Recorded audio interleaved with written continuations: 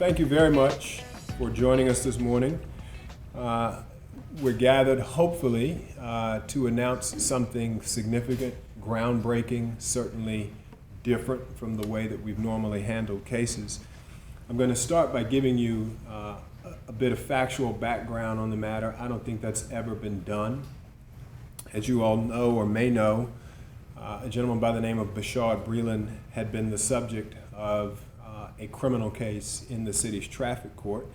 And that case arose from an August 12 vehicle stop on VCU's campus. The officer involved noticed a strong odor of marijuana emanating from a vehicle. He initiated a traffic stop, and when he did, he was confronted, not in a bad way, but in a literal way, confronted with two vehicle occupants. One of them was the defendant, Bashard Breeland, and another will remain unnamed because he was not charged. When the officer approached the vehicle, though, the odor became stronger, and it confirmed his suspicion that marijuana was coming from the vehicle. The occupants identified themselves. They were very cooperative, and you can imagine the sort of normal process that took place at the scene. After the occupants had identified themselves, police were able to discover from Mr. Breeland that there was marijuana in the vehicle. And in fact, Mr. Breeland disclosed that there was approximately an ounce of marijuana in the vehicle, and he told the police where they could recover it. Mr. Breeland was charged with a misdemeanor for possession of the approximate 1 ounce. There was no indication of an intent to distribute it or an intent to sell it. We learned from Mr. Breeland that it had been acquired from a location in or around the city, and that we believe it was that same stash of marijuana that was being smoked and that led to the traffic stop.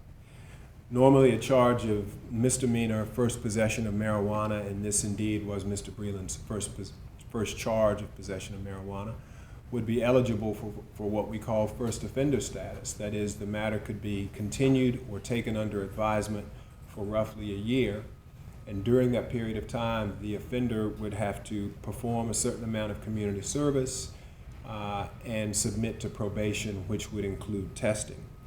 I confirmed with drug prosecutors in my office that this case would qualify for first offender status, and so we began to discuss that with Mr. Breeland's attorneys and with the police officers. In the course of those discussions, though, we realized that we had a unique and perhaps different opportunity here.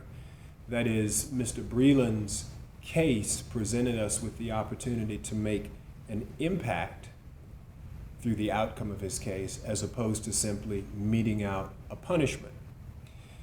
You know, in the past, we have seen public figures, celebrities, however you want to characterize them, draw attention because of bouts with the law for failing to comply with court strictures, or drawing attention to themselves by showing how the punishment affected them, that is, the public figure.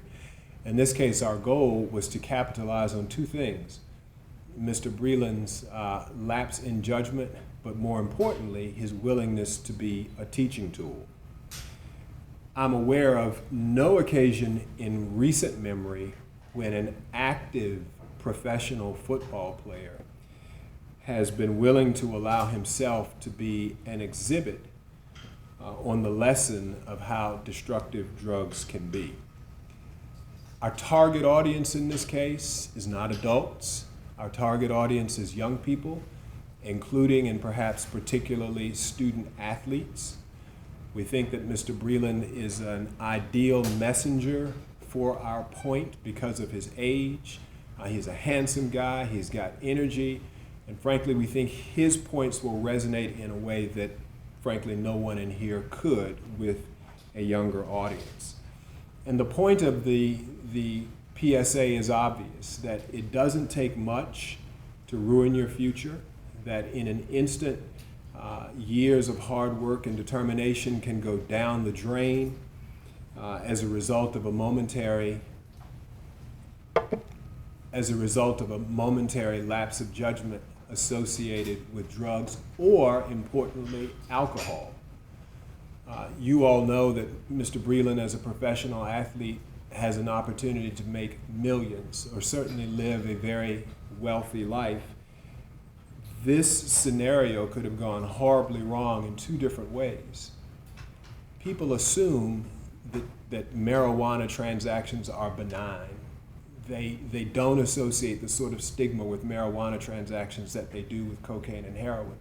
But we know from our police reports that people are frequently robbed and or shot in the course of marijuana transactions. That could have been Mr. Breland's outcome. But more importantly, perhaps from his perspective, he could have lost millions of dollars. And so we and he, we're both fortunate that we've been able to resolve it this way.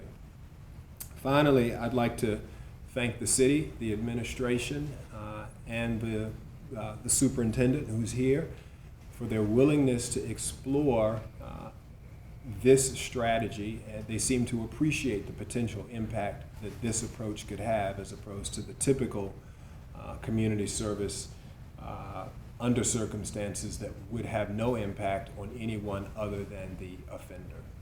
So I think we're going to tee up the PSA and air it for you guys, and then Dr. Bedden is going to describe how he might go about using it with students. My name is Bashard Breland. I'm a cornerback for the Washington Redskins. All my life, I have sacrificed and worked hard on and off the football field and in and out of the classroom so that I would have the opportunity to play professional football. Being a professional athlete or having any successful career requires smart choices and good judgment. Take it from me, I have learned from my mistakes.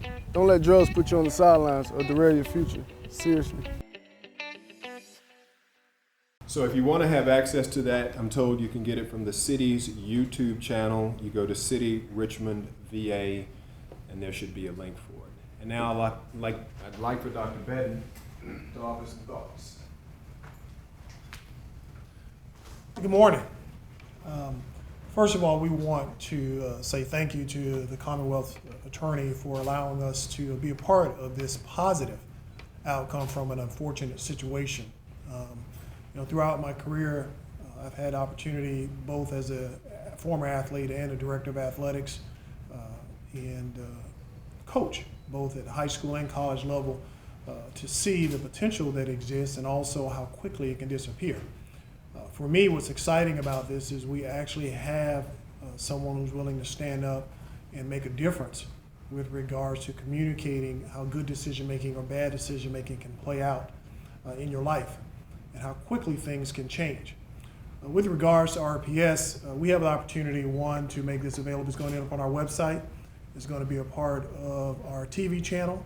It's going to be given to our Associate Superintendent of Academic Services, who will look at it and look at places it can be placed in part of our curricular offerings, whether it be in health education, whether it be choices and information in our civics and those types of areas. It will also be made available to our athletic department and develop a plan for communication to our student athletes.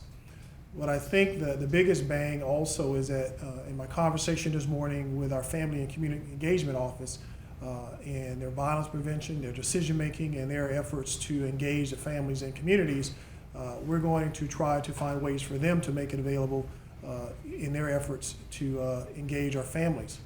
The biggest message here is, to me, about decision making and then decision making related to drugs. The bottom line is, for us as schools, whatever happens in the community, we are a microcosm of society, so if it happens in the community, it has the potential to happen inside of our schools. Obviously, our students go home into their neighborhoods, and they have to make tough choices every day. And I think this is going to help us give them some type of opportunity to think about what to say no to and what to say yes to. And that's what's exciting for us, and I look forward to using this tool. The best part about it is free, too. So we don't have to pay anything, and that's a great opportunity for us, and we're going to use this as best we can to make a difference.